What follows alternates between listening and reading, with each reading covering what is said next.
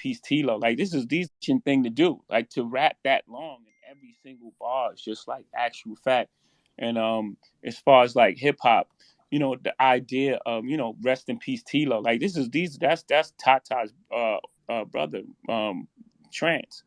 Um like and then like uh, a lot of fallen soldiers. That's Biggie. That's Pop. Uh, Kicking snow off of Frozen Tim. That's people that go unnamed that you guys don't know about. Like it's so much in my life in there. And then there's like the way I connect overseas. Caddy. You know, Caddy's story. I guess he could tell it on his own. Um, like just that how powerful the music is, the reach of the music, and um, where we come. So yeah, yeah. You're 100% on point. Word. Do you ever get to a point, and obviously, right, this has been your story, but what makes now the right time to say, like, there's things, and even Guru said it, and him knowing you, there's things on this record that maybe he thought you'd never say, or, that you haven't said before, or things that you revealed, and some of it is like a dog whistle. What makes now the right time, and do you self censor, or sometimes do you come up with something and you be like, you know what, that's too much. Let me save that for later. Yeah, because it's been 30 years. Yeah, yeah. No, I don't think I've. I don't know if I self censor. I'm aware of the timing of things. Um, I think that again, some of these things are out of my control. It's just the way the world works and the universe works. Just Cali came at this specific time.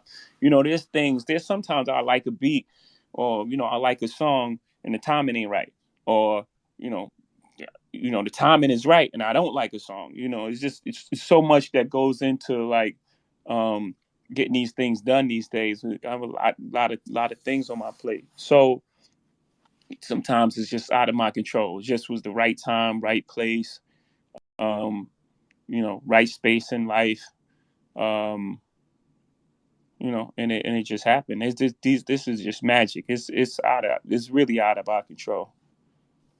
Last question, and just because I mean this is Khaled's moment, right? There's the God Diz moment. Obviously, you were such a major part of that, but so many artists were a part of that. A lyric like, when you start going into how many billionaires can come from Hove's Craig. I count three: me, Ye, and Ree, and Bron. Technically, right? It makes me think. It makes me go back to when you did the Drake verse and said, "I made more millionaires than the Lotto did," and that was a flex. And maybe that was about 10 years ago at this point. Like, can you talk about the evolution of not just getting it for yourself, but being able to get it for other people around you, and make other people, put other people in position, and really in the span of 10 years, going from being able to say millions on a rap record to now saying billionaires. Yeah, we're not gonna stop. This the hip hop is young. We still growing, and we're not falling for that technology, whatever you know this public puts out there now. That before was the American dream. Pull yourself out of bootstraps, and you can make it in America. All these lies that America told us our whole life. Um, and then when we start getting it, they try to lock us out of it. They start inventing words like capitalist and things like that. I mean, we've been called nigger and monkeys and shit. I don't care. Those words y'all come up with, y'all got to come up with stronger words. When I say y'all, I'm not talking about you. The words they come up with, they got to come up with stronger words. We're not going to stop. We're not going to be tricked out of our position. Y'all locked us out. Y'all created a system that, doesn't include us. We said, fine. We went our alternate route. We created this music. We did our thing. We hustled. We fucking killed ourselves to get to this space. And, now it's like, eat the rich and think, man, we're not stopping. So that evolution is, from us, we came from selling 7 records and selling records out our trunk, and no radio play. And I think Reasonable Doubt did 36,000 the first week or something like that. I may be adding a little to it. So we come from I come from Marcy Projects. My first house, 615 Lexington Avenue. My grandmother's house, 7 families lived. Like, she has 7 kids.